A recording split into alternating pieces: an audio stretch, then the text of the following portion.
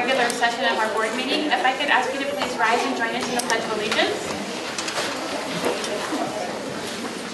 I pledge allegiance to the flag of the United States of America and to the republic for which it stands, one nation, under God, indivisible, with liberty and justice for all.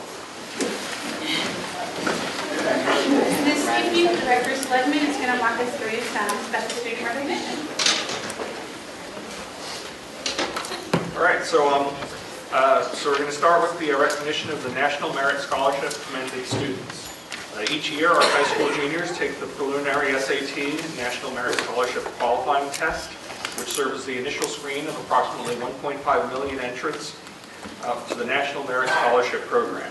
Of the 1.5 million entrants, approximately 50,000 with the highest PSAT selection index scores, which include critical reading, mathematics, and writing skills, qualify for recognition in the National Merit Scholarship Program as either commended students or semi-finalists. This year, 8 students in the Hillsboro School District are recognized as commended students. I guess I have certificates, so they can each come up as I call you. Rachel Mehusen from Century High School.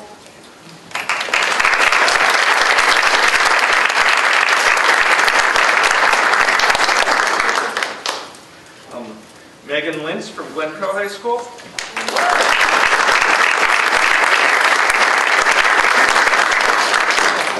They weren't all able to make it. Yeah. Okay. Eric Reef from Glencoe High School.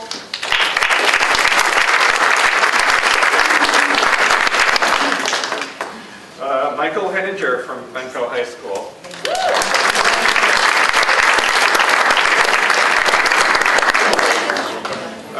Okay. Anna Brumley from Hillsboro High School.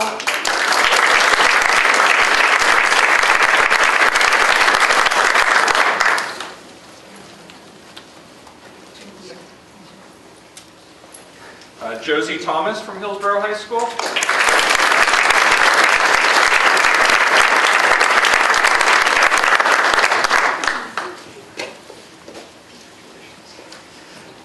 Brooke Gardner from Liberty High School.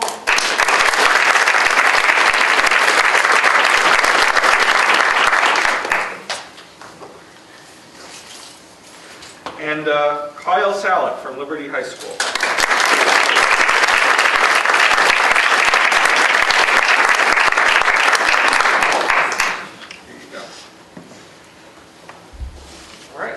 So do you want to do a photo op or something? Yeah. Come close. Well, congratulations to all of you. Do y'all know where you're going to college next year? No. Still time to figure it out. All right, we'll do two. Hold on one second. There we go. 1, 2, 3. All right, one more. 1, 2, 3. Thank you very much. Congratulations.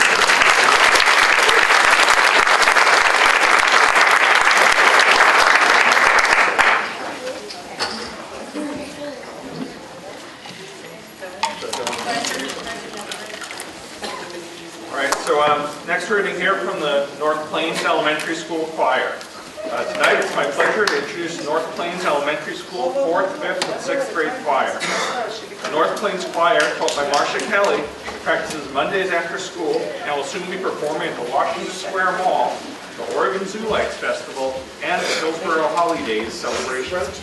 Tonight the students will be singing 3 songs: Take a Winter Walk with Me, Rock and Roll Christmas, and Let It Snow. Please join me in welcoming the North Plains Elementary School Choir.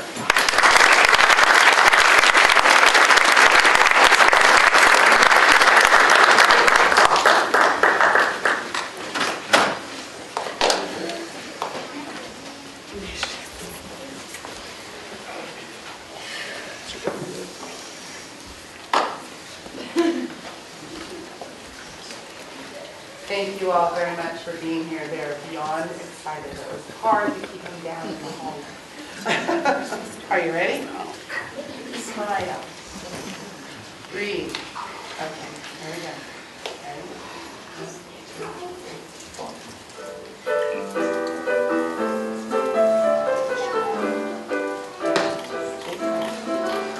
When the sky gets cloudy and the snowflakes fall,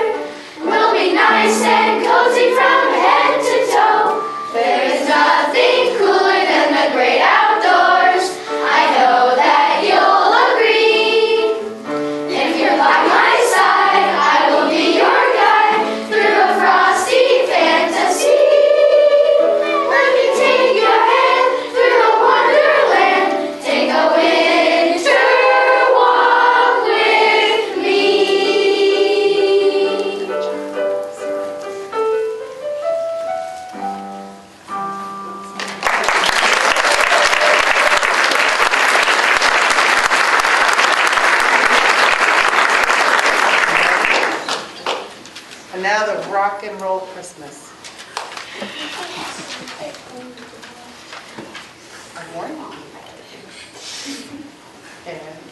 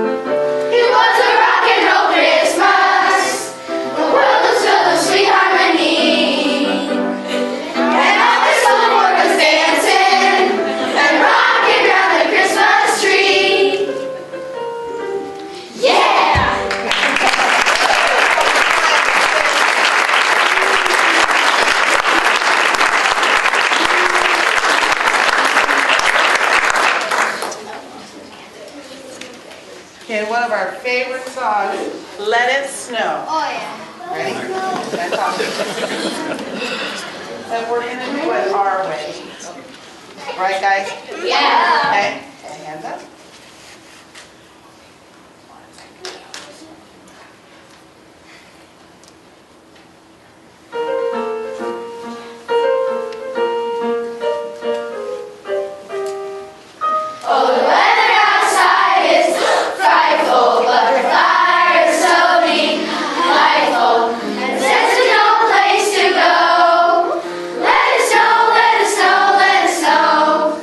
Oh, the diamond show signs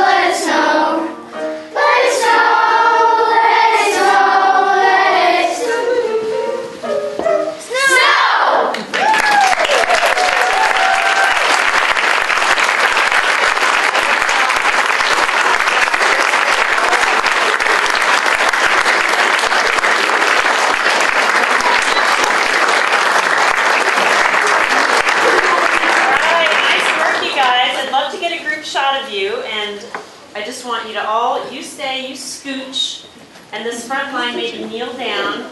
And then what I want to see is the end of your rock and roll Christmas when you're like, okay, can we do that? Okay, middle row. Can we do that? Tight, tight, tight. Halfway. Yeah. You could go down on one knee. Yeah, that would work. There you go. There you go. All right. Oops, watch out. You get your high. Ready? All right, we'll do two. Ready? Ready? Everybody say ha on 3, 1, 2, 3. All right, one more. 1, 2, 3. All right, thank you very much.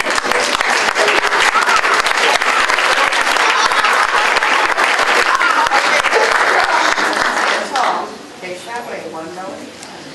Go down and go all the way around. Wait, wait. Good job, guys. Very good. We You did. What? So, like that? Everyone just gets together.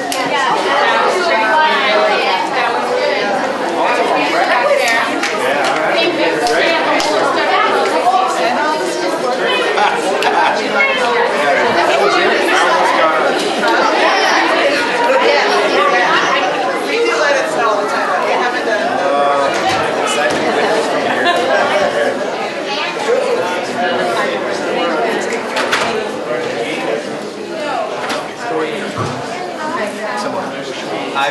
Listen right here, we're going to get to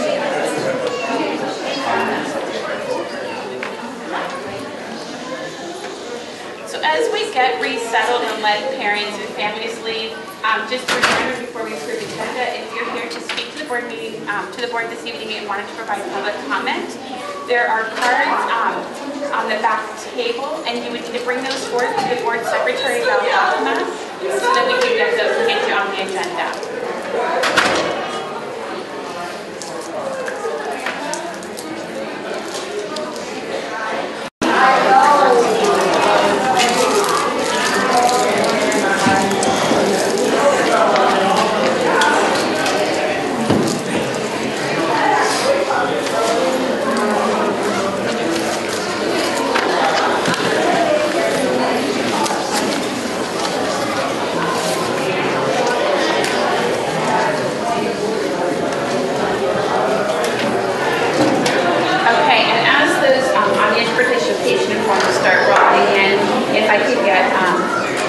Motion for the approval of agenda. Make a motion to approve the agenda as printed. I second. Any questions? So it's been moved by Janine, seconded by Adriana to approve the agenda. All those in favor, please say aye. Aye. Any opposed? Motion carries. And I'm just waiting because I see people at the back table that I think may be filling out Autumn's participation form. Let me go through the legal part of Autumn's participation real quick. So, participation in board meetings is governed by policy DDH. Patrons may comment on specific agenda items at the beginning of the meeting, or at the discretion of the board chair may be deferred to the time the item is before the board as stated in the agenda. Comments about non-agenda items will be heard during audience time at the beginning of the regular board meeting. Speakers shall be limited to 3 minutes. I'm waiting, I see Val back there. The ones I have thus far are non-agenda items, so we'll take them at the beginning. And actually, why don't we start, I have one where I need translation. Why don't we start with that one?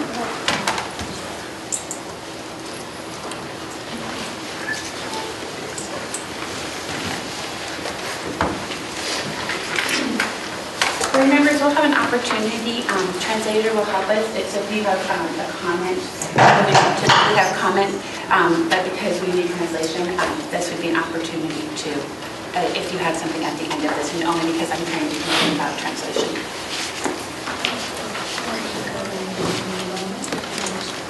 Buenas tardes, mi nombre es Irma Alonso. Mi dirección es 1374 Cedar Street, apartamento 6, acá de Hillsboro. Y soy madre de 4 hijos. Y primero que todo vengo a darle las gracias al señor Magiscaf y a su mesa directiva. First of all, I want to give thanks to my Scott and the board for allowing me to be here tonight. y soy miembro del PAC de acá del distrito de Hillsboro, de padres hispanos. Represento al programa migrante, al programa dual y a toda mi comunidad hispana, acá en el distrito y en el estado. I am a member of the Parent Advisory Council, and I represent the programs of the migrant community, the dual language community, and not only here in the district, but also at the state level. Y todos los programas extras que ofrece el distrito.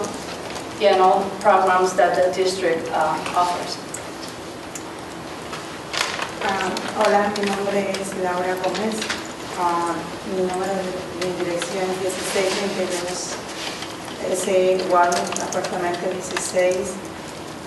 Estoy yo también como miembro de PAC y como representantes de todos los papás inmigrantes, papás hispanos.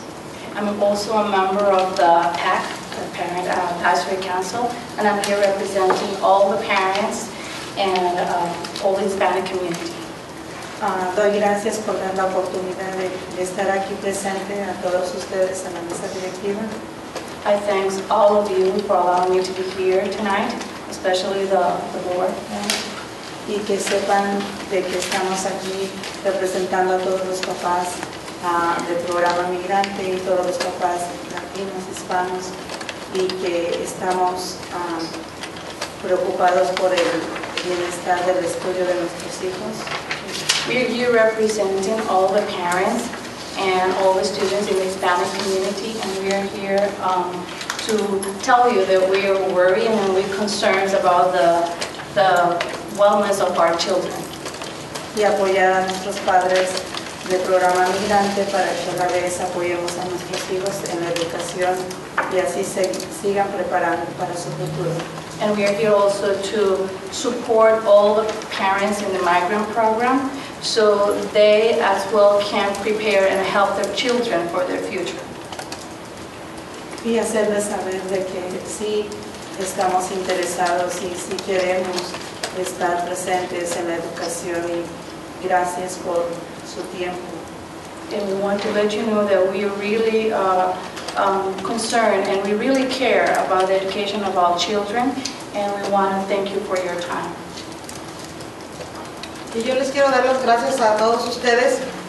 Estoy muy orgullosa de Hillsboro porque estuvimos en una reunión el mes pasado en el estado y Hillsboro está preparado, está listo con la educación.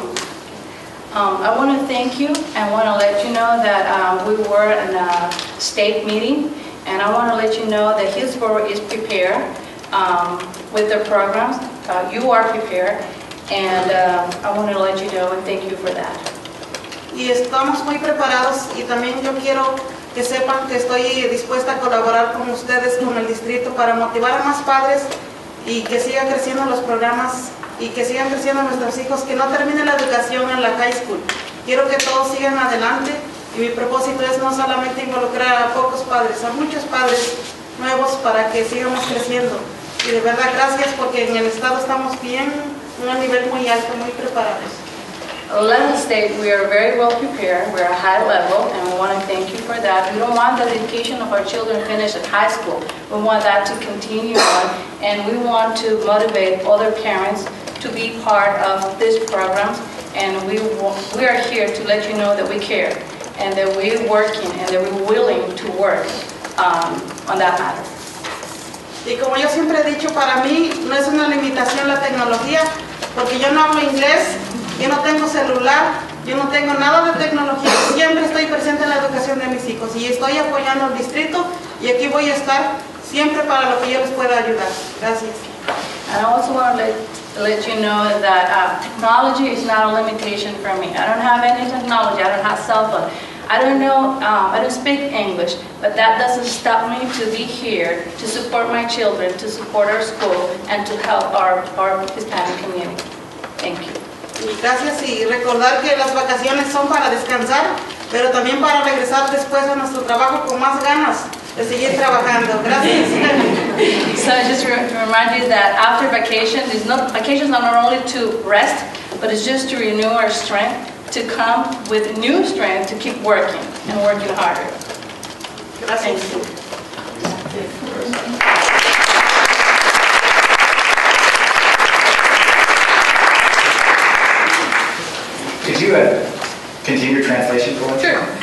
First of all, we'd just like to thank these two folks for coming, and as well as for their leadership, not only with the PAC, but with the state. This is a voice that we need to hear, and it is so pleased that they're here this evening. Él le quiere agradecer por haber venido hasta aquí. Estamos muy contentos del trabajo que están haciendo, del liderazgo del PAC, y eso es realmente lo que el distrito quiere tener, escuchar la voz de ustedes.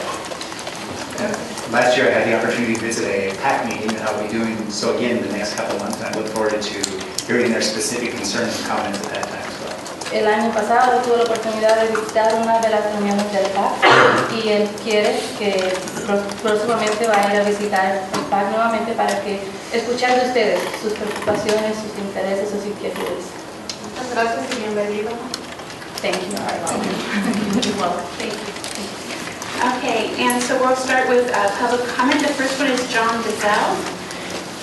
And just a reminder, when you come to speak, you state your name and your address for the record, and we'll start a 3-minute timer. And I would ask you, just especially since this evening we have many, when you hear that timer, if you could finish that sentence or thought would be great.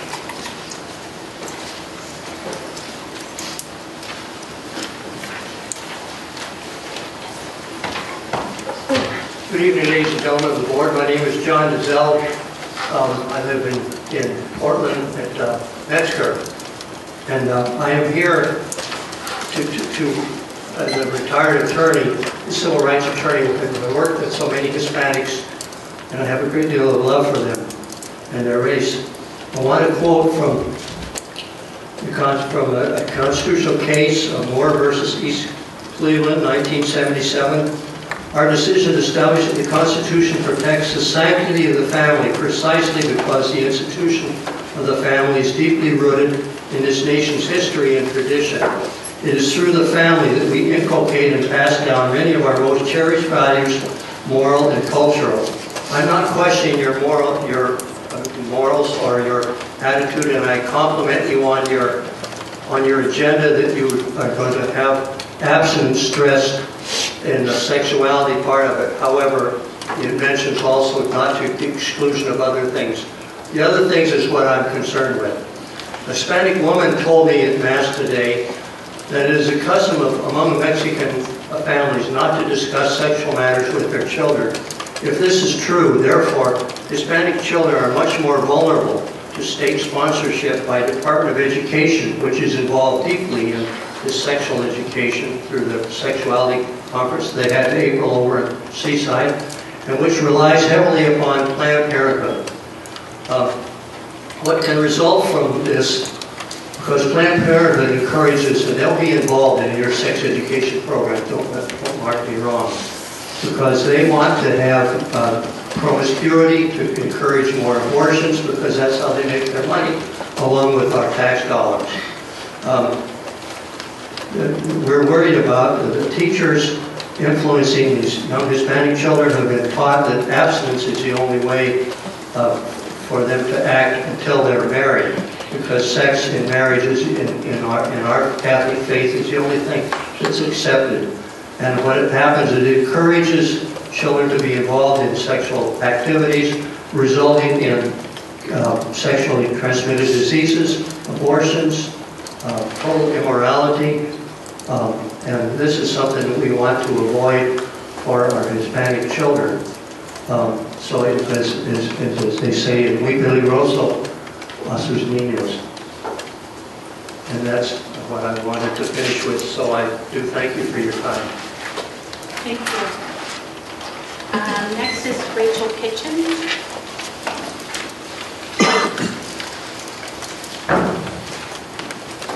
On deck is Lori Porter.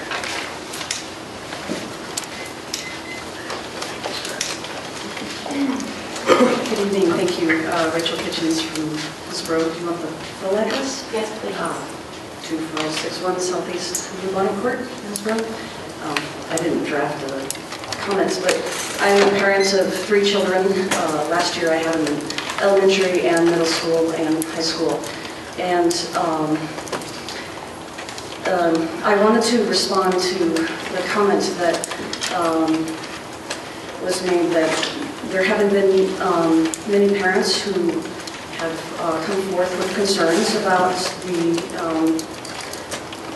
education, the health education, and I would be one of those parents who step forward about this, but I don't come to the district meetings because it is my belief that you make your move at the local level. So I go to the teachers, and I go to see the videos, and I go to talk to the teachers, and I see the syllabus and things, but the syllabus doesn't say much. All it is one piece of paper. So at the elementary level, it's fairly innocuous. I was kind of disappointed that, for me personally, that it had to be taught at that level. But when it gets to the middle school level, for me personally, wow, a bit too much for my family. So the health education was a week-long program, and for every day that my son came home, we had an hour-long conversation about what went on in class. And I have a science and medical background, and so we spent a long time discussing what went on in class, and there were some things that he was very uncomfortable with. So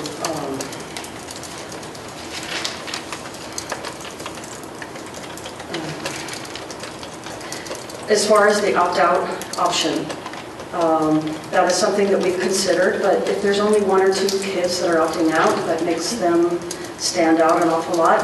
And whereas my children, I require them opt out of R-rated movies and things like that, but I'm not going to make them seem different in the public school. So is that really a reasonable option for kids who are subjected to peer pressure, things like that? So I would like to see more discussion about this and the actual content, the material in there. This is the first time I've been to a district meeting. I can't tell if my 3 minutes are over this.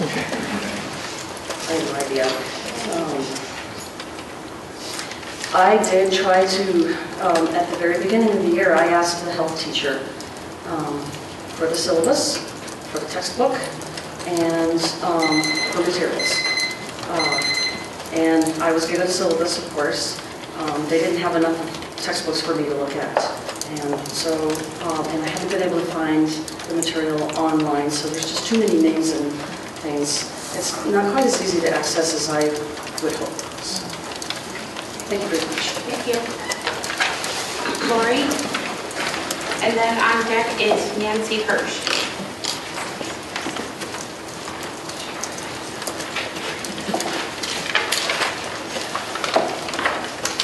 I'm Lori Porter. I'm from, my address is Beaverton, Oregon.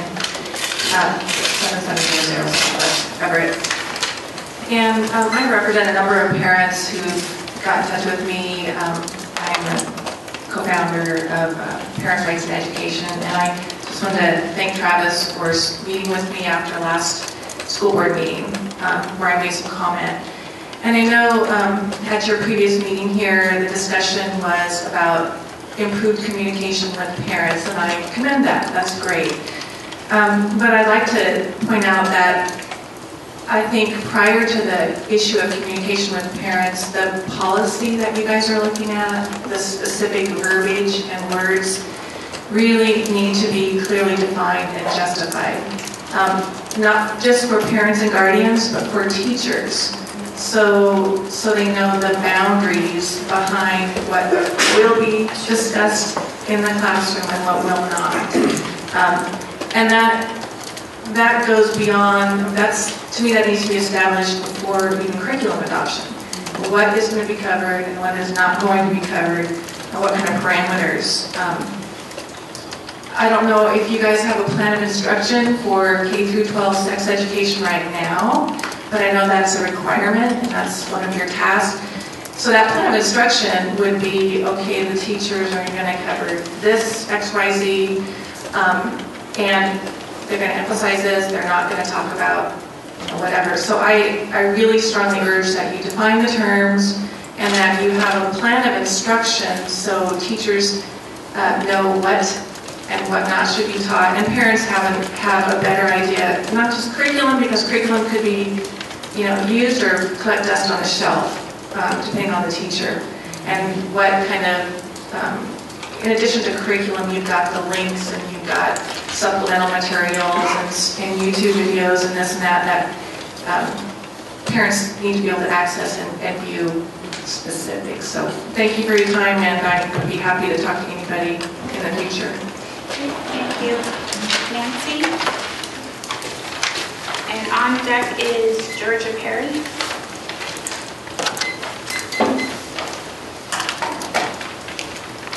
Hi, thank you for being here because you're interested in children. And that's where I am. My heart is with kids. I'm a former educator up in Washington. And actually, I've never had time to go to school board meetings when I was raising my kids due to how my husband's job was, so I was it. He's still that way. Maybe he'll retire someday. So I have a 24-year-old and a 21-year-old who went to Hillsboro schools, and I want you to know they're doing excellently. One was valedictorian, salutatorian, one's getting her doctorate degree, and the other is a junior in pre-med at UP. So great academics, but what I am concerned about is what these other people are concerned about, and my concern actually started up in Washington when I went to private. I thought I was going to enroll my child in a private school, and I went to their pilot program on their sex education program, and it was horrific. There were children that were throwing up because it was too much information in third grade. And that's the first time I realized, wow, what's going on out there? So then the second time was when now that I want to protect children, mine are growing. Like I said, my heart is with children. I want to protect children. And I'm really concerned. I went to the Portland School Board meeting and went online and saw what the Planned Parenthood, which is through the HHS mandate, as hopefully you know, and it's federally funded. The materials, the things that I heard, when I looked around, I saw people's faces turning white. And to address what some other person said, maybe only a couple people are showing up, but that's because they don't know. I didn't, I'm just here by chance because I kind of heard this was going on and that was going on, and so that's why I'm here tonight. Seeing something before you're ready for it is like it's like a post-traumatic disorder. If we are so concerned about money, if we could be more socially conservative, that would save us so much money. All the psychological problems, early pregnancies that kids have. We could put that money into healthy sports programs and higher math and science programs.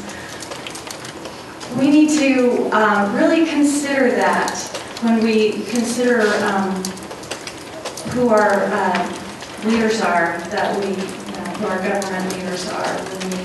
So I'm just kind of speaking off the cuff, but I did have a question. When my younger daughter that was involved in the STARS program, here she's my younger one, 21, so a few years ago at Glencoe. What is the difference between the STARS program and My Future, My Choice? Can anyone tell me that? We'll probably have to answer your question later. Typically, okay. Public comment, we're going to do back and forth, but I'd really like to know after we get through. What the main, maybe 3 things are main differences. Okay, thanks so much for your time. I know you love kids. I do too. Thanks. And Georgia Perry.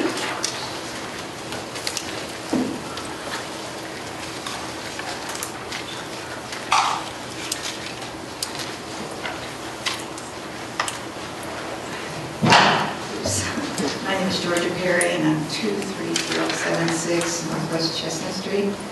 I'm at the other end of the spectrum. I've raised 10 children, through parochial, public schools, and grandparents. So I'm concerned about all the things, my grandchildren in the public school system. And of course, like Sarah, I have a lot of concerns. And I go back to, my oldest is 50 years old, and I remember when the sex education started way back, it affected her when she was going to school, so it's kind of interesting to watch the pattern over the course of the years. But I address my question to Travis mainly, how accessible is that citizen curriculum committee that's going to be, dealing with this particular policy? And, everybody's kind of, very key questions that are coming up. How can these be addressed in particular before the December meeting?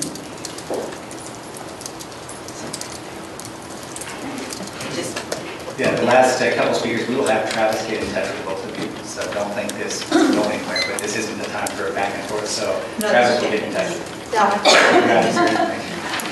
information. And Citizens Curriculum Committee is a public meeting, correct? It is, but without audience participation.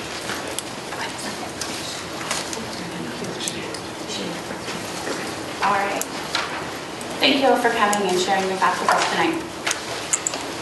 With that, we're going to move into consent agenda. Which means one of you make a motion. Make a motion to approve the consent agenda. I second. Any questions? Moved by Janine and seconded by Adriana to approve the consent agenda. All those in favor, please say aye. Aye. Any opposed? Motion carried. Now we're going to move into a series of action items that include a bunch of policies that we're on particular review. And the first one is Adam, injury and illness reports. This is some pretty minor adjustments to policy EBBB. We have changed the definition of a work-related injury to one sustained by an employee while in the actual performance of the duty of the employee. And we've also changed the person that the reports are submitted to from the safety officer to our risk manager, which is our current practice. Again, this has been on 30-day review. I haven't had any questions or concerns, but I'm glad to answer any questions if you have any. So you're looking for a motion first? I move we approve the recommended revisions to policy EBBB, injury illness reports. And I will second that. Any questions or comments on this policy? So it's been moved by Monty, seconded by Glenn to approve the revisions to EBBB. All those in favor, please say aye. Aye. Any opposed? Motion carries. And the next one is policy DEA, equal employment opportunity site. Good evening. Back on October 28, I brought forward this policy for first read, policy GBA, equal employment opportunity. At that point, I noted that there were minor revisions made with respect to legal references and the footnote. At the last board meeting, Monty had a question with respect to the discharge and whether or not it was an honorable discharge as far as members of the armed force, and I believe that answer is question. It is. Throughout the document, it speaks of honorable discharge. So at this point, do you have any questions? I can get a motion. I'll make a motion that we approve the recommended revisions to policy GBA, equal employment opportunity. Second. Any questions? Comments? So it's been moved by Glenn, seconded by Eric to approve revisions to GBA. All those in favor, please say aye. Aye. Any opposed? Motion carries. Thanks, Ava. Next is policy GCDA, GDBA. This is about criminal records check and fingerprinting, which gives us flexibility to cover the cost of criminal records checks, and it's been up for a 30-day review. There's been no questions or comments received. I move we approve the recommended revision to policy GCDA, GDEA, criminal records check fingerprint. And I will second that. Any questions or comments on this policy? So it's been moved by Monty, seconded by Glenn to make the revisions. All those in favor, please say aye. Aye. Any opposed? Motion carries. those of you in the audience, they have been on 30-day review. I don't want you to think that we always just do policy on it on a second. Ed Connie has the next policy.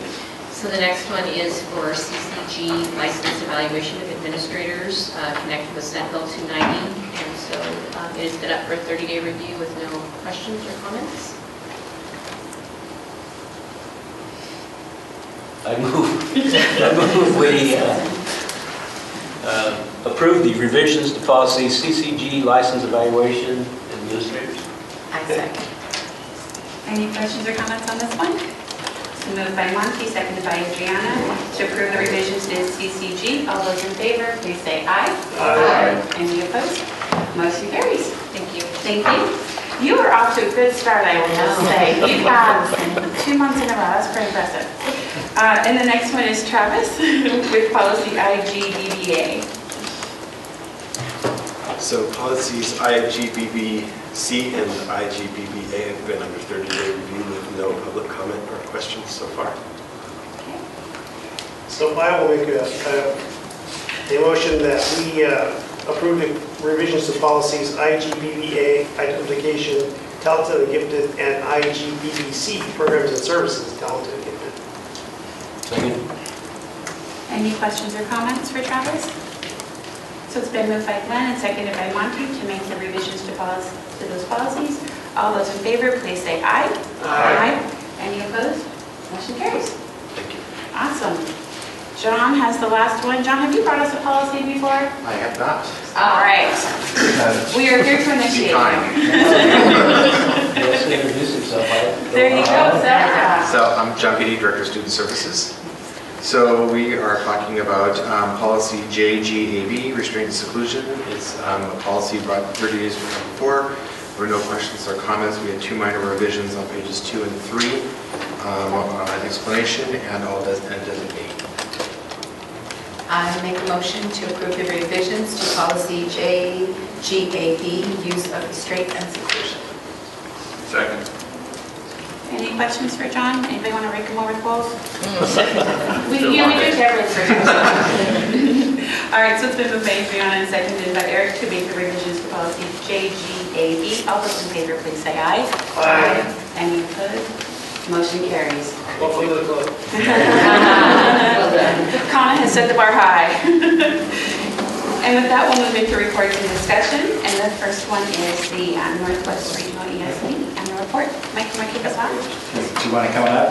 We've got Lisa Politz, who is a board member for the ESD, as well as Paul Peterson, who is the assistant superintendent. Each year we receive an annual report, and that's what we're here for.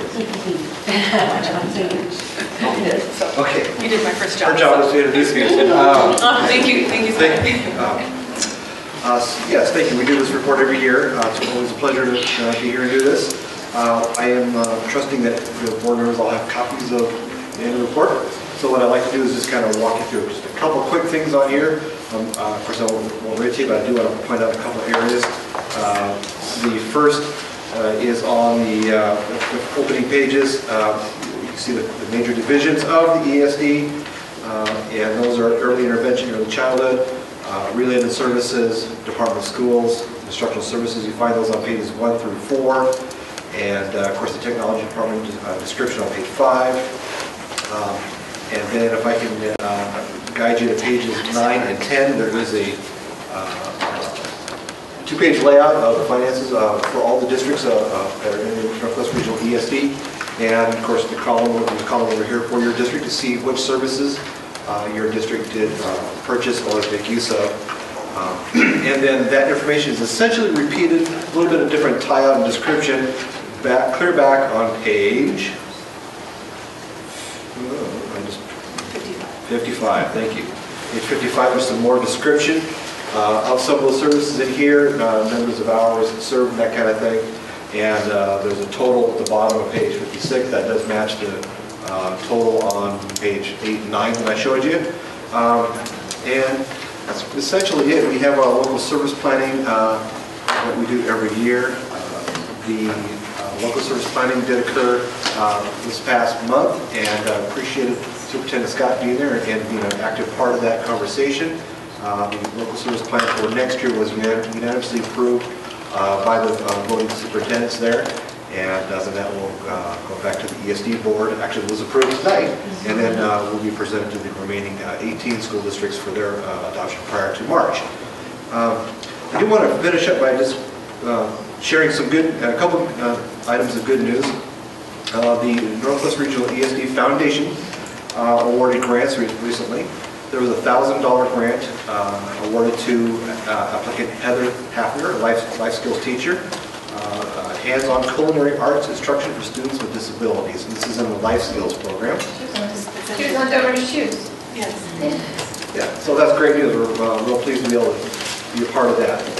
Another really, I think, a positive thing that I'd like to share with you is at the local service planning meeting, the superintendents were informed that we've had a long-standing tradition at Northwest Regional ESD that if we under budget on 1 year, and we have, for example, if we underprice or under budget, we end up eating the cost we were off of that.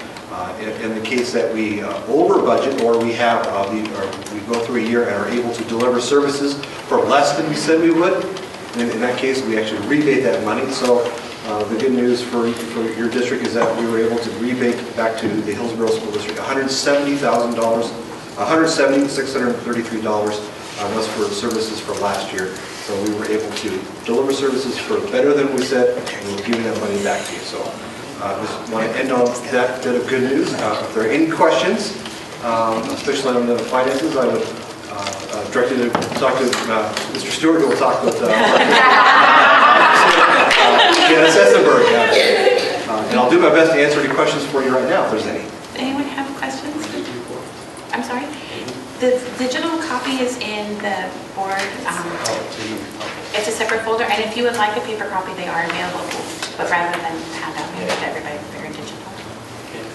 So on behalf of the Board of Directors of ESD and Superintendent Sager, I appreciate time on your agenda to come do this report. And do you have anything else to add? Thank you so much for coming. This poll is always a delight to see. If you don't know, Lisa served on the Hillsboro School District Board of Directors for many years before she went. Which chair was yours, Lisa? Yeah. Who's in your spot? Great, thank you. Thanks very much. Do they have a report at the end? Do they want to? This is it. This is it. So it is. Yeah, I saw you both. Yeah. Great, thank you so much. And next, staffing calculation report, Mike. One of the things that we're aware of is that each fall there's staffing adjustments that are made, and board members may get questions as to how those staffing adjustments are made. Why is a certain class a certain size, and what are we going to do about it? And one of the things that we thought would be helpful is to give you some insight into how we assign staff to schools, how staff is allocated out to schools. And so Debbie's going to walk you through that process and have an opportunity to answer any questions that you may have as well regarding that process. Thank you. So as Mike said, every year, every spring actually, we go through a really extensive process to almost restaff the district. We take a look at the budget, we take a look at the strategic plan, and we take a look at what the board has approved as far as ratios in that staffing process. So tonight, Adam and I are going to kind of tag team this a little bit and give you information, general overview on how we calculate the enrollment, the projected enrollment, how we then calculate staffing allocations, and then the process that we use to take a look at the allocations that we've made and make updates and changes as enrollment shifts. So Adam's going to kind of kick us off with just about projected allocations. The process really starts by projecting enrollment at each of our schools and at each of our grade levels within those schools. So for me, it's really a four-step process, and I'm going to keep it really high level. If anybody is interested in digging way deeper into enrollment projections, I'd be happy to walk you through that process. But step one is to look at our current year's enrollment on a by building, by grade level basis. Then we look at rolling those classes up. So the kindergartners become first graders become second graders, and so forth. Then we apply a factor to each of those grade level changes. For instance, we know that kindergartners moving to first grade we see about a 2.8% increase every year, depending on the school. And so we have a different factor that we use at each school. We see an actual loss in students between grades 8 and, or actually between grade 9 and 10, 10 and 11, 11 and 12. So we apply those factors to that rolled up figure. Then the really challenging part of this is that we look at the transfer students by grade level, by building, and then the really challenging part recently has been the boundary adjustments that we've made, how many students are actually going to be impacted by that, and then also the projection of the new students that we're anticipating due to development. So that's really kind of complicated things this last year. I think we came out pretty well with our projections for this school year based on that, but we'll continue to refine that, the new development part of it as we move forward.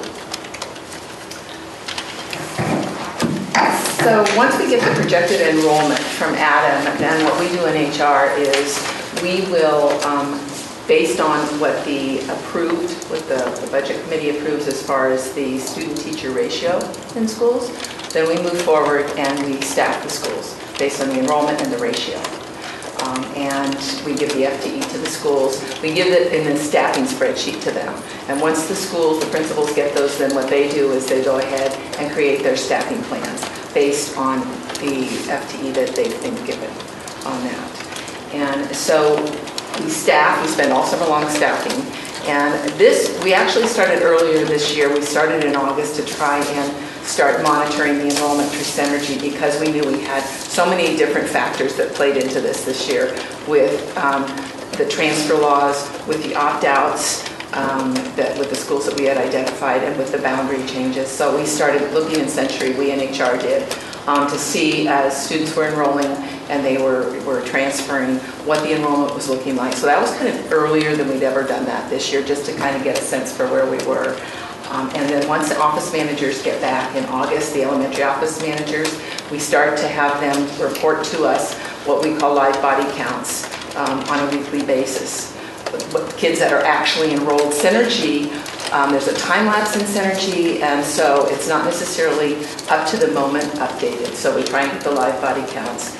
And sometimes we make adjustments even before school starts. If we see that we're getting big shifts in enrollment, we could shift staffing before school starts on that. So once we get into August, we really start monitoring. This year we actually started doing it on a daily basis then because things were changing so quickly with the opt-outs, with the transfers, kids showing up or kids not showing up. So we continue in HR to monitor this. Live body for elementary, and then once the kids start back to school, in the high school, we start monitoring it in Synergy. We don't do live body. It's too complicated with the way the high schools and the middle schools are structured to actually do what we call that live body count, which is what the office managers are reporting to HR in a spreadsheet on an ongoing basis as kids move in and out.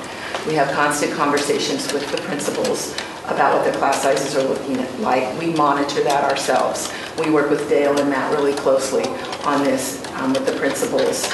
And the first thing that we try to do is we see shifts in enrollment is can we transfer in the teachers? Can we move them from one school to another school if we overstaff, so to speak? Sometimes that's possible, sometimes it's not because of how the kids fall in the classrooms. They don't come in those neat bundles of 26 or 27 students.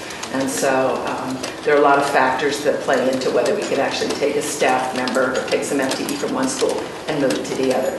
We do that when we can, and when we can't, if it is the case of needing more FTE, then we will add that FTE. But it's after a lot of conversation and a lot of tracking of enrollment.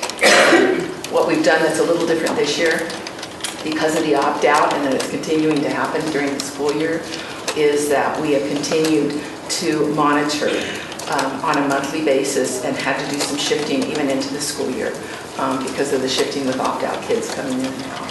So that's been a little bit different this year than we've had before on that.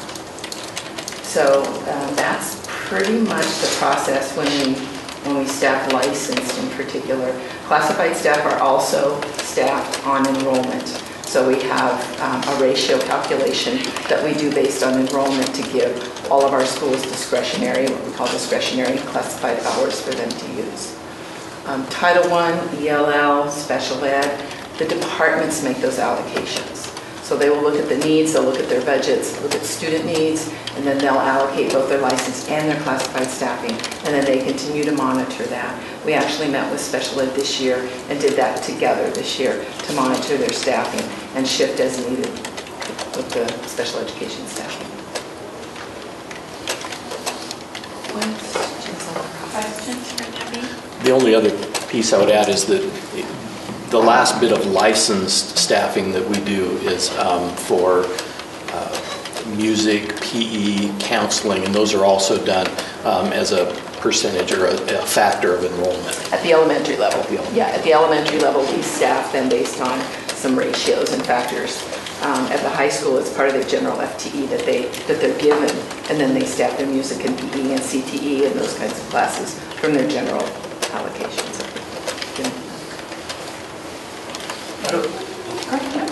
How do we take in effect the knowledge we know that this kids are, particular school might be starting at a lower skill level than maybe another school? Yeah. There's a difference there. Right, and what we do is, as we look at the enrollment at the schools, we definitely take that into consideration, and we'll either staff them a little heavier, so to speak. We'll round down versus up and those kinds of things, and we definitely take that into consideration.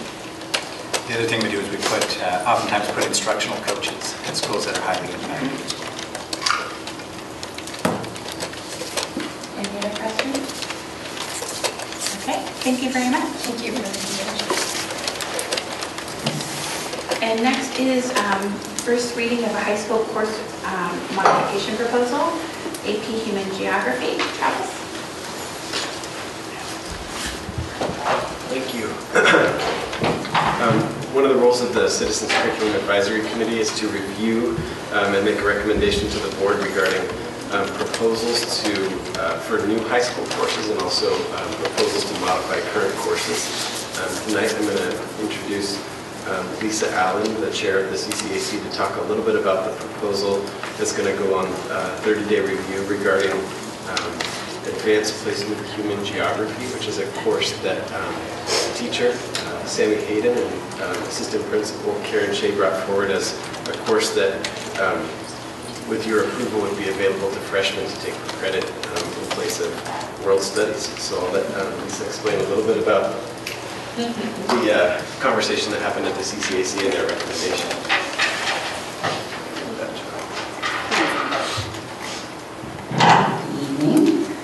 So I see in your packet you have the pages and pages of information about the proposal, so I won't bore you with that, but I'll just tell you a little bit about what happened in our meeting and then answer any questions you might have about our process. So at our last meeting, we heard from folks at Glencoe who wanted to make this course modification. The assistant principal and the teacher came and shared with us. We asked them a lot of questions and we had a really good discussion about it, so we did thoroughly vet it, and we do unanimously recommend that you approve the modification, and I'll tell you a couple things that we liked about it and a couple concerns that were brought up that were alleviated, so hopefully you feel at ease. We were really excited about the opportunity for that enhanced rigor for our younger students at the high school level. We think it's a great idea for them to be able to have that additional access to hopefully college level coursework. And we actually have one of our CCA members who's a student at Glencoe. I'll tell you a little bit more about that the next thing I'm talking about. But she shared with us her experience actually not being able to get the proper credit for that course as a freshman, so she took it later, and it was like one of her favorite classes ever, and it really like changed her whole plan and stuff, and was really excited about it. So she would have loved to have been able to take it as a social studies course as a freshman, so that was pretty cool to hear. Just a couple concerns that were bounced around that we felt comfortable they had already kind of thought about were, what if a student doesn't take it, as a freshman, but they take the normal social studies and then later they do want to take it, will they be bored because you'll see the standards really align? And well, this is a solution to that happening. If a student does decide to wait and take it, there's enough leeway within the curriculum for the teacher to make sure that student is still engaged and challenged properly, so that's great. And they've thought about the potential overhaul of like students, flooding the classroom, being excited about taking it. They think they have the resources to do that within their site budget and all of that. So they, I think, have a strong proposal and are now a 16-member committee agreed. So we agree too. If you have questions, let me know. And our teacher and vice principal going to share, or are they just available to questions? Sammy Hayden's not here, but Karen Shade's here just to support and answer any questions if she can. Okay, so I'll start with questions. Adriana? I don't have a question, I just have a comment. My daughter's taking the course this year and they often call AP Hug, And I'm like, so there's an AP class that she actually hugs it because you're kidding, But she, this is a class she really, really likes. She's very different from my others, not as expressive, but I can tell with the questions. This last election, she had so many questions. She was able to explain certain things to certain friends. She knew what asylum was. We were talking about political asylum, and she knew. And I know this last test, I don't remember if she hit an A or a B, but if it was a B, she was so excited because she studied really hard and her two girlfriends didn't, and they have this little competition. So I think for her, it's really opened up her world, and when I look at her and her friends, and I think you physically can look at them and say, oh, you may have, but they're so, she, for her, has opened up. She's in 10th grade this year. So I would, just seeing how it's opened up her world. And my question, I guess, in that was, if we do open it up to freshmen, will it be, freshmen and sophomore all mixed in that group? And, in that as well. Okay. But yeah, you can hug. That's fine. Anyone else? So my comment on having a same thing as student too, I love this opportunity of an AP course that's a national standard rather than an honors option, which is extra work outside of the classroom. This does for me, for the students who are ready for that work. Let's get going. And also, if social studies is your passion, let's get in it and have success at college level work. I know that that's a possibility. The same thing, students I know in Hillsboro, you're going to take this class. Love it. Love it, love it. So I love the idea of expanding it and just opening freshmen eyes to their potential. Anyone else? Yeah, Did I miss projected costs? I see it, but I don't see a dollar number. Yeah, I don't remember. Karen, do you have that off the top of your head? I don't, but we're expecting it to just be textbooks. We're expecting under $3,000, and we're planning to absorb that in our building budget next year. Okay, because it says field trips and equipment and instructional materials. So not 100,000, but 3,000. Okay. All right.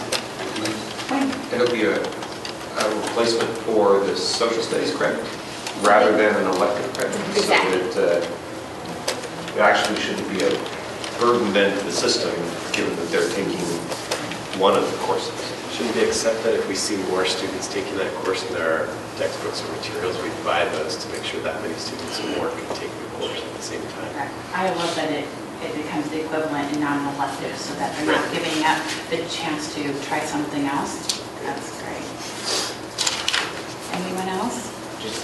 On that point, opening up the question, are there other AP classes that don't qualify for the seemingly obvious credit, standard credit? So there are two right now that do. So standard sequence would be a World Studies, U.S. History, and then a Econ and People in Politics, 2-semester deal.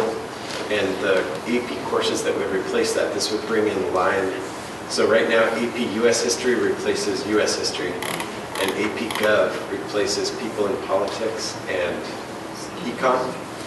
And this would bring World Studies in line with AP Human Geography so that you could take that rigorous 3, the standard 3, or some combination of those. So that there's a precedent for this. This just sort of fleshes out the whole plan for a student who wants to get rigorous in the freshman year with social studies. It's great in that direction. I wondered if there were any others that have a problem. I have this thing in my head. I remember that there was a class that struck me as odd. It was an AP class that did not qualify for the related credit. The one that it should have mapped right that on. That it should have mapped to. Does that ring a bell that any of the other AP classes don't qualify as a?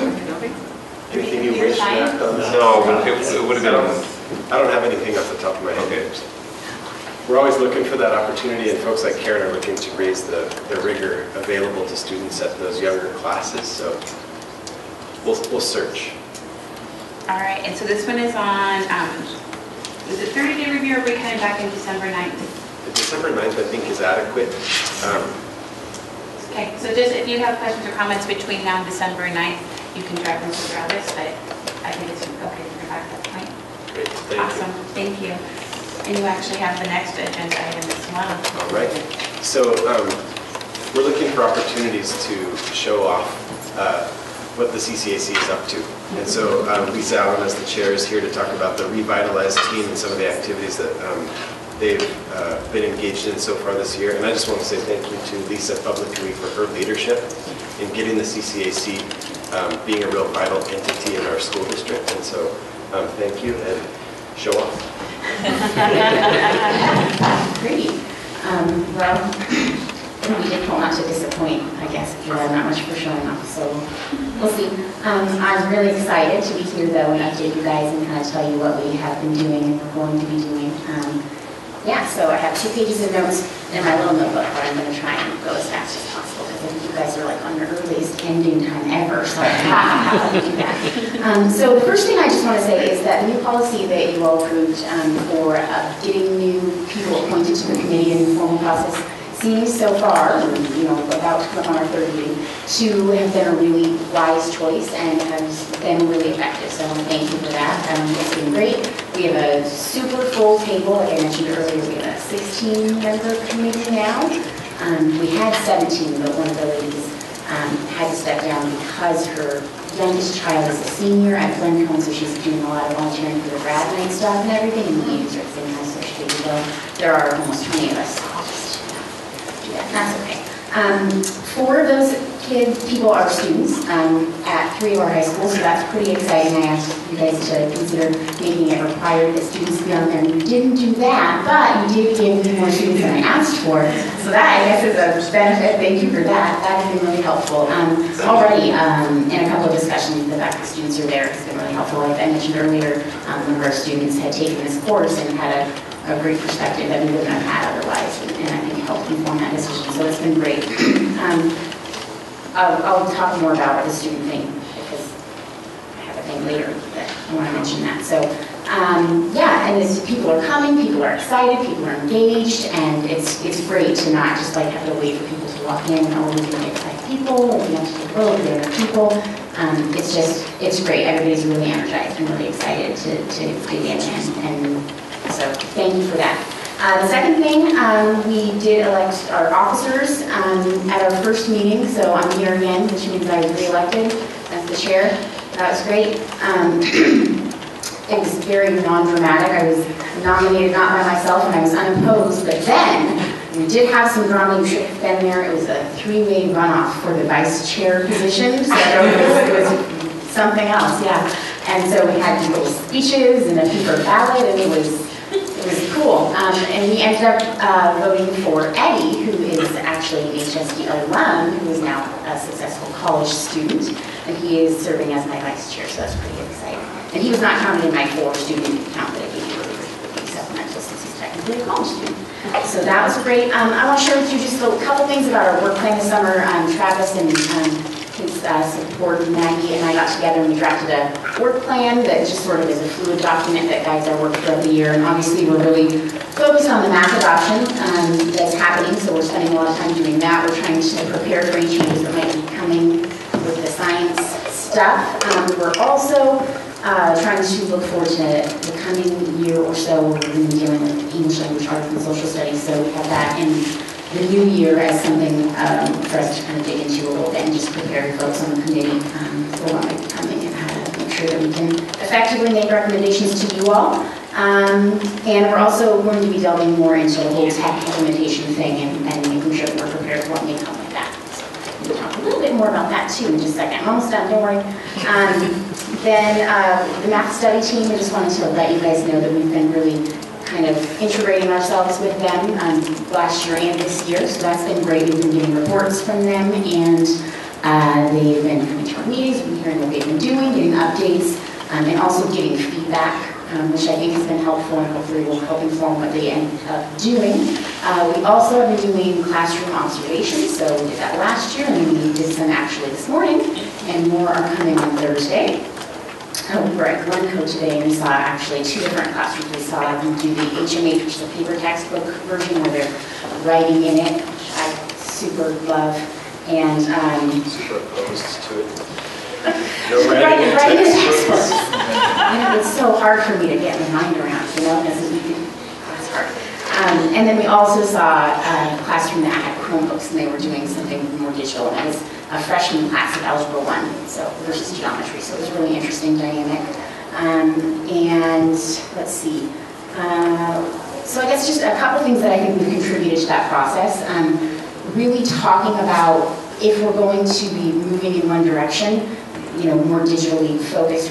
We as a committee have really voiced that we want to make sure that we see data that supports that, and so we've gotten a survey, which was great, but we want specific performance data, and what does that look like, and so we gave that feedback to the secondary math TOSA, Stephanie Blair, at our October meeting, I think, and she's going to be working on collecting that so that we have that to inform any decisions that we forward to you, and I think that's going to be really helpful. And then also just bringing to the forefront, making sure that things are on their radar when they're going to be looking at what to send forward as a recommendation in terms of technology, training and policy and how that affects classroom management and security. Like today we saw a teacher put their PIN number on the projector screen, and we're like, maybe we should talk about if that's going to be a thing, we should focus more on how not to give a password to people. So I think we've contributed to that process, and it's been great. So people are really excited. Okay, good. 2 more things. Oh no, just 1 more. Perfect. Okay. I guess the only other thing about the classroom observations, it's been really helpful to have the students, as I've said. We actually had a student at Glencoe today who goes to Glencoe but wasn't in any of the pilot classrooms, so she came and joined us, which was nice. She thought that was cool because she got out of class. I mean, she's also fantastic, so I'm sure she was far ahead in her class. But her perspective was really great on, someone mentioned, oh, this didn't seem as focused at this table, and she gave her perspective as to maybe why that was the case. And it was interesting and really helped us kind of move the discussion forward in that perspective. We're all a bunch of old people and older people, so we didn't think about it the same way that she did. And it was really great. So. And then just the other thing, I know that Travis mentioned earlier, we've been kind of working on a rather intense homework assignment around the health education policy, so that's been a good time. I just want to let you know that people on the committee are really excited to be here as a resource for the board and as an extension of the board and be responsive to what we might need to be doing as other representatives of the community. So we've been really digging into the policy language and the law and all those things that Travis said, and been working on that and giving back feedback to him, specific questions about things, and then also just more open-ended feedback, and really identifying, what do we want to see, what concerns do we have, what concerns are we hearing, what values do we hold, and really analyzing that. And I think that we're going to get some pretty good responses with, 15-member committee, 16-member committee giving on those responses. So it should be some interesting data to come through, nothing else. So we're working on that, and obviously we're not doing anything specific and recommending anything, but we're just informing and getting ready for anything you might need from us. So that's my update, and I'm sorry for talking so long. If you have questions, I'd like to answer them. Thank you. Eric? Yeah, so I just want to say again, thanks for what you're doing on the committee, both you and Travis. I think it's a real change from when I was on the committee a few years ago, and we basically did nothing. One question I have is, do you guys publish advanced agendas for your meeting? Yes. Is it possible to CC us on those things? I think I'd like to know, what's coming up, and maybe occasionally drop in. Yeah. Am I allowed to email that? I email people? We'll get it to Val. Okay. So when I send it out, I'll send it also to Val. Yeah, I think that'll be really good to know what's going to be happening. I usually try to send it out about a week before the meeting, but the last meeting we did that, and then we ended up having the major meat of our agenda added later. But we'll send you the new one. Yeah, Cool.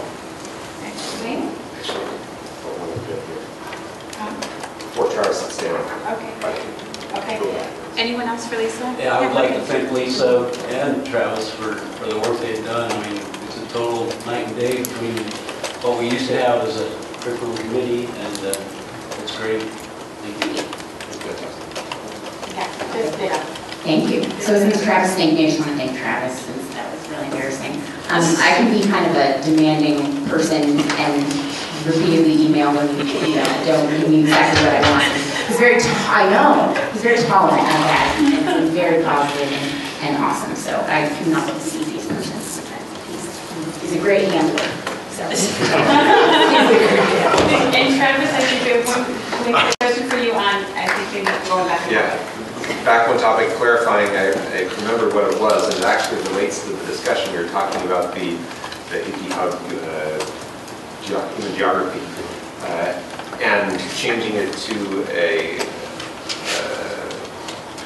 making it fulfill a social studies credit, right? So the course that I was remembering is AP European History, which, at least at Liberty, is listed still as an elective course only. And I remember the discussion saying that it would not fulfill one of the social studies, one of the 3 social studies credits, which I always found odd, right? And now that we're talking about other AP classes fulfilling the credit, maybe because the geography somehow was associated with a global effect that maybe was equivalent to the standard freshman world studies class. I don't know why you would consider a European history focus not a credit. So the short answer would be I'd have to go back to that study team that designed the course sequence and figure out what the values were behind the world studies, U.S. history, and then the econ and people in politics sequence as the base sequence for high school students in Hillsboro. But I can see why the 3 that we've mapped or would like to map with this 3rd makes sense, and that AP Euro has no social studies prerequisite course that really matches the standards that are in it. I guess I map it to the world focus, sort of people in politics, world geography. It's a European focus, obviously. I don't know. That just struck me, of all the AP classes, I think it's probably the only one that we have and enjoy that it does not fulfill a credit, even though it's listed as a college level curriculum. And I'm not sure that's true, but I can say that the scope of human geography and the scope of world studies would be global, and the scope of AP European history would be narrow. So I can see why it wouldn't map on. I'd be happy to research how that conversation went. But I know that we do offer AP courses for elective credit in the case of European history with no corresponding mapped. I think I knew it at the time that I was involved in going through that. It created conflicts in schedules because it simply couldn't be taken in a credit position, whereas it could have been highly valuable as a more demanding social studies course than perhaps the world studies non-class. So as long as we were talking the AP related, it seemed like that fits into the discussions. Matt, did you have anything to add? Okay. Great. Thank you very much. Thanks. Next up is Adam, financial report. A couple of highlights from this month's financial report. October is audit time for the business office, so we've been working closely with our new district auditor, Grove Mueller and Swank. They were in for a full week at the end of September, and we've been corresponding back for the last month or so, trying to finalize the CAFR document. We should have a final draft to them later this week and get everything in place to meet the legal requirement of having it filed with the Oregon Department of Education by December 31st. The other big thing from the business office standpoint in October is that's when we do our discretionary budget adjustments. You'll recall that when we give the buildings their discretionary budgets in the spring, we give them 90% of the allocation based on what we anticipate their enrollment to be. Then in October, when we have the actual enrollment numbers, we make up any difference. So that has been an ongoing process through October, and I'm happy to report that it's done. And I'm also happy to answer any other questions regarding the financial report. Questions from anyone? Monty? I noticed the beginning balance is $2.5 million, actual less than Yes, what it we is. budgeted. And that is the correct number. We budgeted 16.6 and it came in at 14 point whatever it is. The difference is in state school fund. We actually anticipated having more local property tax revenue, and we thought we were going to lose state school fund money in the 14-15 budget. We're actually not going to lose any money in 14-15, so the balance will be a higher state school fund number and a lower beginning fund balance number. So they'll offset each other.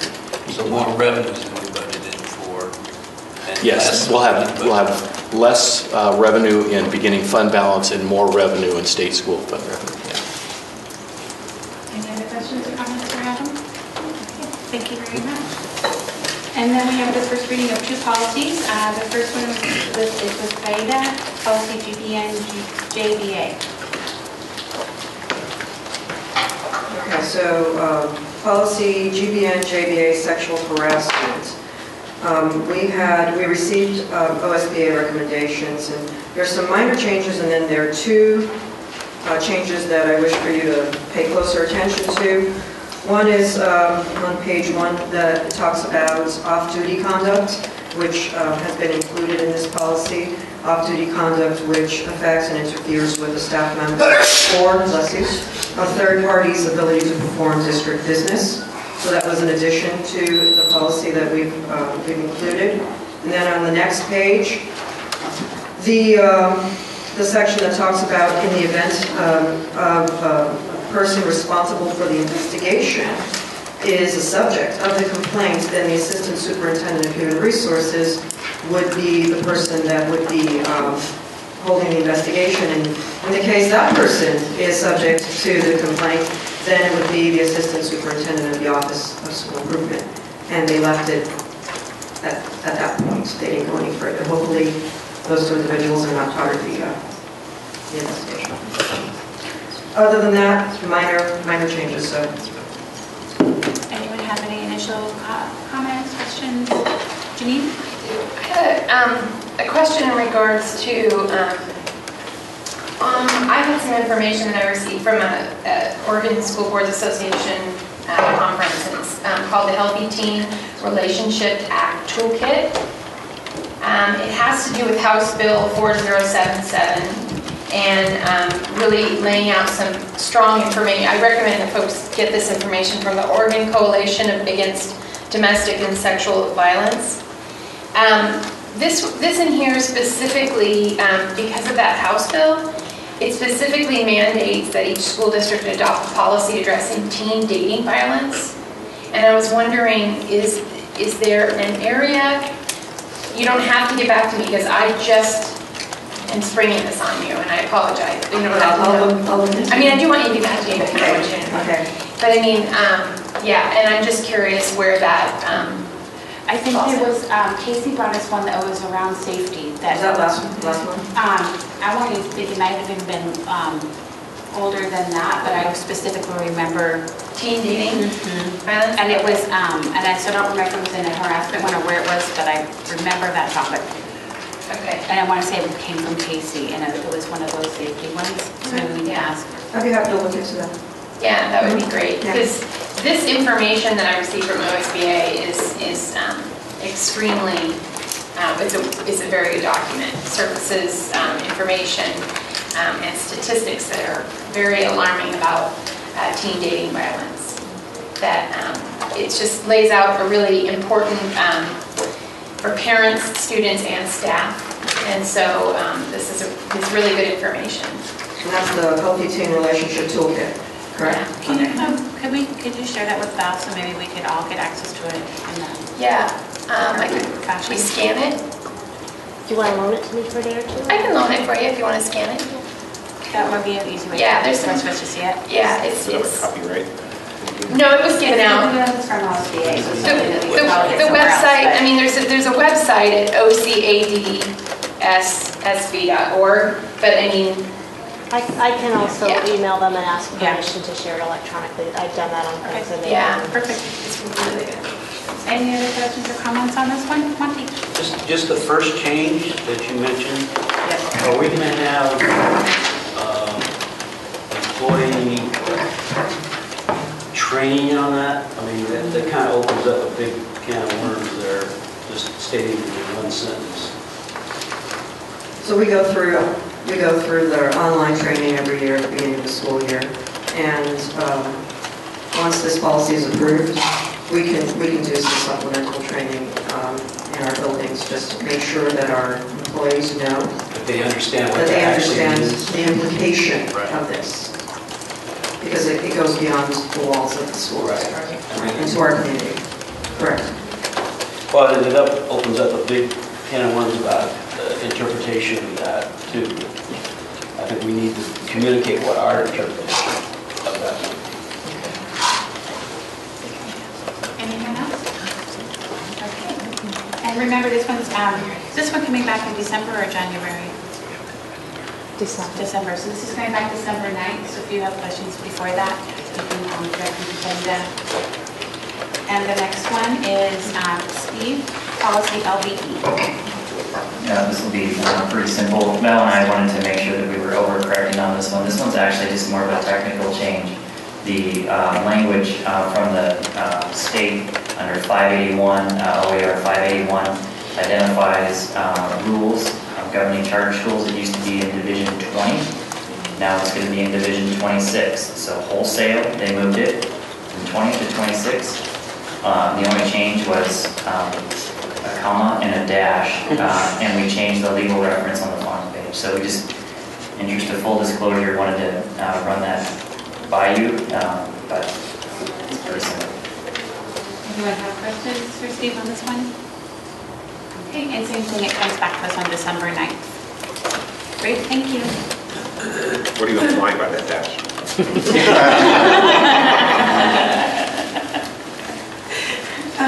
Next up, HEA and the HCU.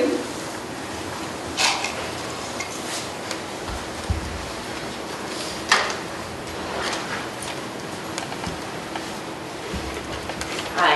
You know, I was next door at the science meeting, and one of the students talked about the AP HUD class, and this is the first class that really got him engaged, and this happens to be National Geography Awareness Week. And it's also American Education Week. So I'm going to talk about, although I do like geography. American Education Week is a reminder of our commitment as a country to provide a free and appropriate education to all students. Our efforts should support the academic, social, and emotional growth that will guarantee a successful and happy future. As education unions, we step forward to offer testimony as progress towards these goals. We enjoyed a small concert tonight by the North Plains Choir, but it's incumbent on me to remind everyone that our music programs and our electives and our NPE are still not where they need to be. We heard about staffing ratios and curriculum, but we cannot be satisfied with our continued lack of resources in our crowded classrooms. In the work session, you reviewed legislative proposals.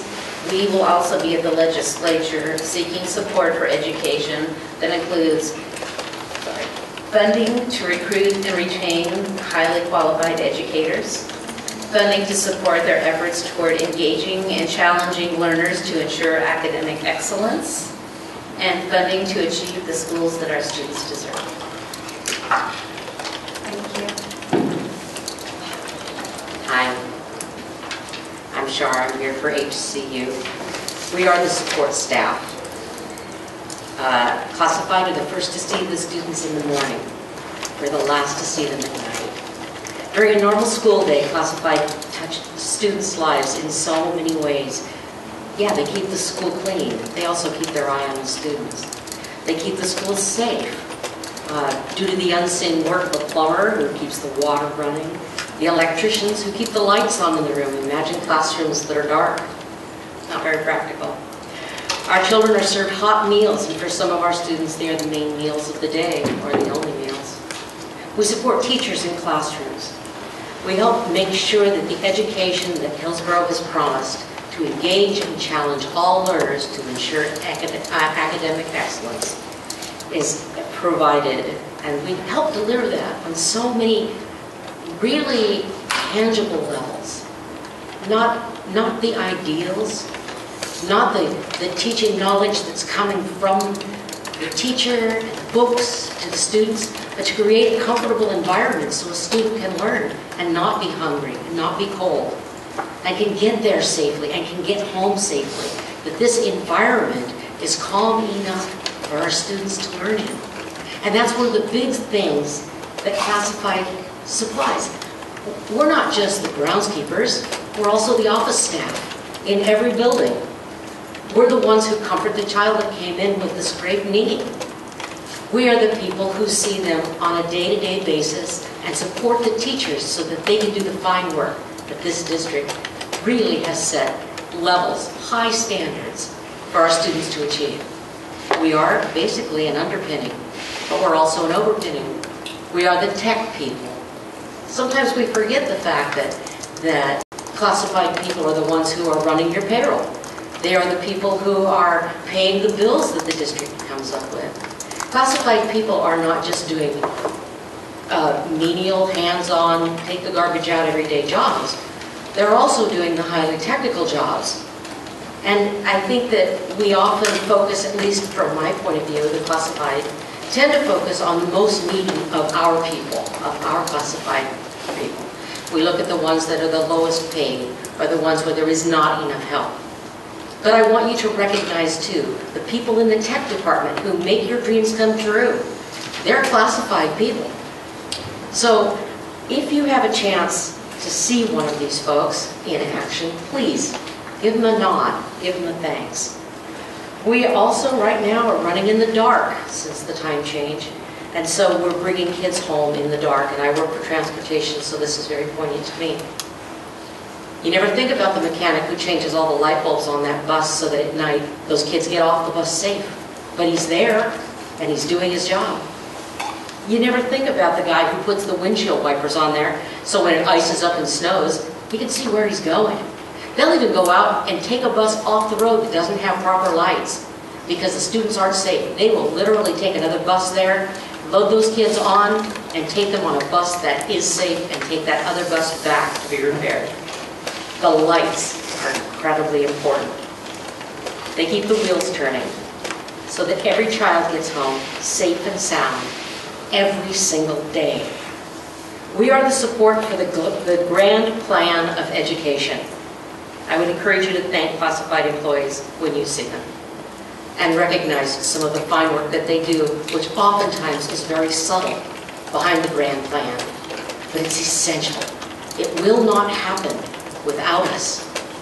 So we appreciate your attention and your recognition, and we truly, truly value your opinion of what we do and how we seem to you and how important are we to the work that you are aspiring to. We are part of you. We are not separate. And we support the teachers in every possible way you can imagine. So I want to thank you this evening for listening to me sort of crow about my wonderful people and the fine work that they do. And let me acknowledge them. Thank you. Thank you. The next is Superintendent. All right, really quick, I just wanted to thank Kim and Glenn for attending the OSBA conference. Glenn's the guy that sits in front in every session. I'm usually back left, so we didn't sit together at some of the sessions, but it was really valuable time for us to be together and to sit with. At lunchtime, we met with Tiger Tualatin and Beaverton School District, and just to have the opportunity to share with them was a very valuable time. Also to thank Ken and Steve for their efforts with the presentation that we did. We had a great crowd and got some great feedback. We talked about aligning our structures, about efficiencies and our ability to create focus and accountability. And Ken's a natural. She'll be on the road soon. Really did nice stuff. So thanks to both of you for Ken. All right. Board member time, we'll start on Eric side. Yeah, I just wanted to thank the numerous citizens who spoke up about the sex ed curriculum. I just want to comment on something that was said during the work session that, oh, it's only a couple of people commenting on this. Well, if I'm counting right, I think we've had more public comment at board meetings on this sex ed curriculum in the past 2 meetings than we have on any single topic since I've been on the board. So I think this is something the community is very concerned about, and I think this represents the tip of a very big iceberg of people who just don't have the time to really even know about board meetings. So I think we really do need to think carefully about this and make sure we're as open as possible in how we handle this. I just want to get ready next week to celebrate Days of Gratitude and giving thanks. And I just want to express my gratitude for being able to serve on this board. And also serve on the board with all my members and how different we are. I think there's no accident. Just one of these we are brought together. I think we learn a lot from each other, even if we disagree. And I'm always ready to take on that greater challenge to make stronger relationships, because I really do believe that it's through our relationships that we bring about change. And my years on the board have been incredibly growing years, where I've built strong relationships. I've been able to examine different types of perspective. And I just feel honored and blessed. And I just, speaking into the darkness, I was thinking about how often we try to run from the darkness because we're so afraid. And I just had this metaphor, we talked about, us going out in the darkness and we search for the light within that darkness. And I think about the kids loading the bus. And I think there are, no matter how different they are, no matter whether we want to say we don't see their color, because their color's there, whether we want to see it. And I just feel so honored to be part of this board and this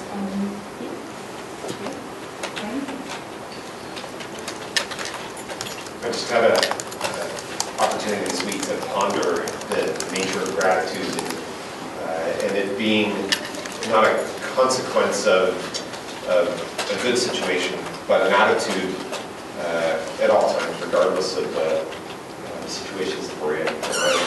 It's made me think of the wonderful things that I'm grateful for working with this board. We're working with an interesting story on the light. I've been occupying Eastwood steam room for past a couple of months in the evenings, and it's been wonderful having the staff there to keep the door open for me, especially as it's for me, for the kids that have come in and made the space available, reminding me for several weeks until I finally understood that the lights go off automatically and that please don't turn off the lights when you leave. It took me a while to break that habit as we left the room, so he was gracious in his help for us in many ways. We appreciate the good work of people maintaining our buildings for us. I'm grateful for the opportunity to work with the district and for the wonderful teachers and staff that make it all possible and make it work. Glenn?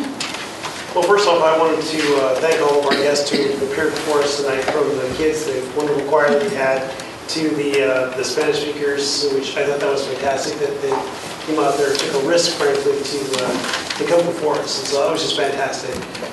As Mike said, we did have a great conference this weekend. It was fascinating and challenging with thinking in many areas. So we were still just digesting some of those comments that were made there.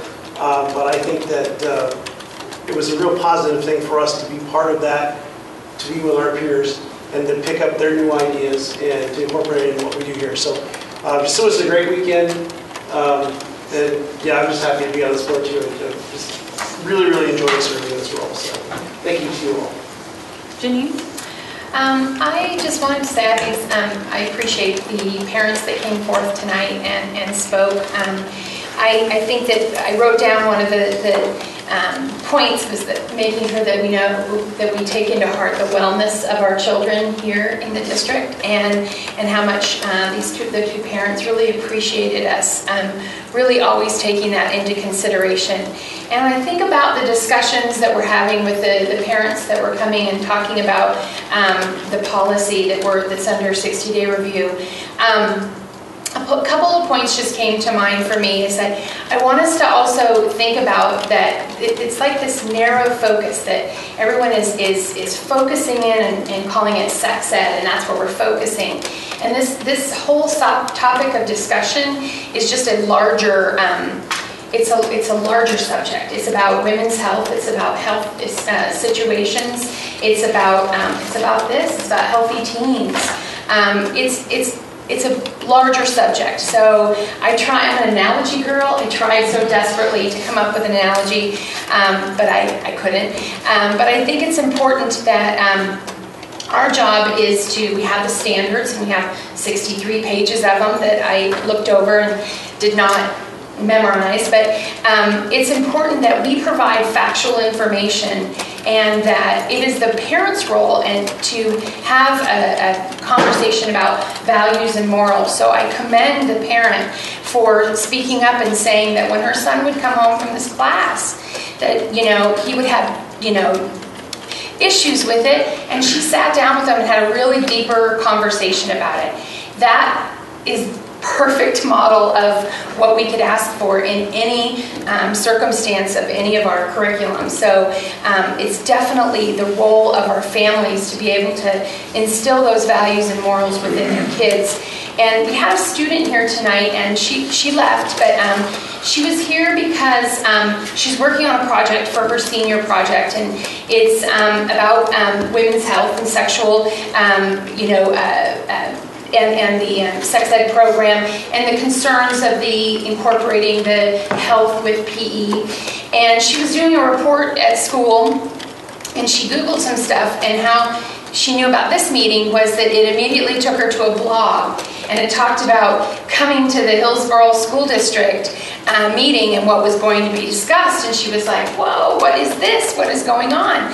And so she said she wanted to hear more information. She didn't realize that she could come up and speak. I encouraged her to speak because I think that you would have really felt value in listening to her, because she's a student that went to the middle school, and she is one of those peers that when I gave you that information on the my future, my choice. Oh, thank you. And so when I gave you that information, it showed the role of the peers and then the role of the teachers and what they discuss in the classroom.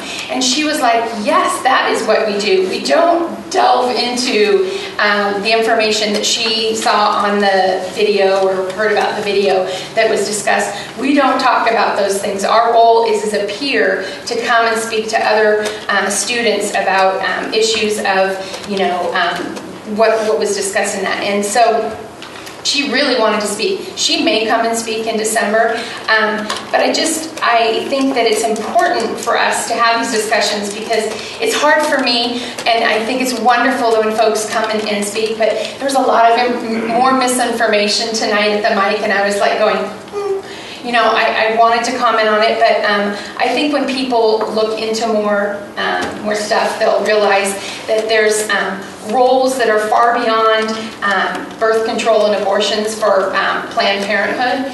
And I think that we just need to make sure that we look at our policy, we look at standards, and the communication is absolutely key.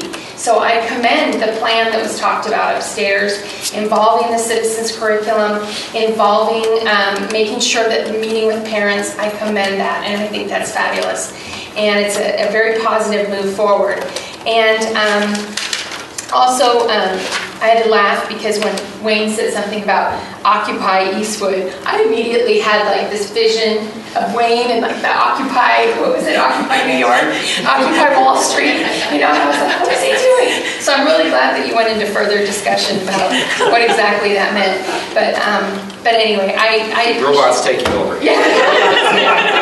So I just I got to talk a lot of it. So thank you, and thank you to Kim and Glenn for going to the OSBA and coming back with more information for us on that. And like I said, I look forward to more conversation about this, because this is a subject that I'm deeply passionate about, and I think that if you want to fill a room, you'll probably get a room full of students that feel very passionate that getting the right information and good information is key for them, for their safety and well-being. So, thank you. Just like to express my appreciation to the drama departments of our high schools. I went to see Night of the Living Dead at Hill High and Glencoe's Book of Days. And if you didn't know, these kids are high school kids putting on these plays, and you wouldn't know it by just walking in the door and seeing that play. Both very good. I look forward to going to Liberty and Citry to see their drama program. And I really appreciate the drama teachers' work that they're doing. The other thing I want to commend our district on was we had a meeting not me, I was there, but we had a meeting at Glencoe High about Glencoe football challenges.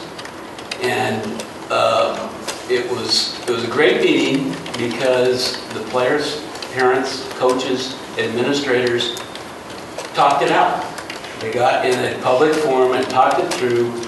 All the kids said what they had to say, parents had said what they had to say, and then the decision was made. And that's the way we need to do things. And communication and talking with one another is the way to do things. And that's just a good example of we should have videotaped that because it was a great exchange of ideas, different viewpoints, conflict, which makes good boards, as we know. And it was just something I was very proud of, the way it was handled. Awesome. I just had a couple things as well. Thank you for, I'm assuming it was Val, but I don't know. Our audience participation form is now available in Spanish, which I thought was just one more way to help encourage our PAC leaders tonight to show up and provide testimony. And that was great. Talking about gratitude and drama, and being the parent of a high school senior is an interesting part of life, as many of you know. And this is what I want you all to be aware of, that my child, who is a senior, so this year's seniors, came in after we made Dewsbury in the national news, and they've had extraordinary budget cuts, and in her 13 years, she's had one class size less than 30, and she's okay. And so I just want everyone to know, these kids are doing great. They're running shows and running into colleges and careers ready for life.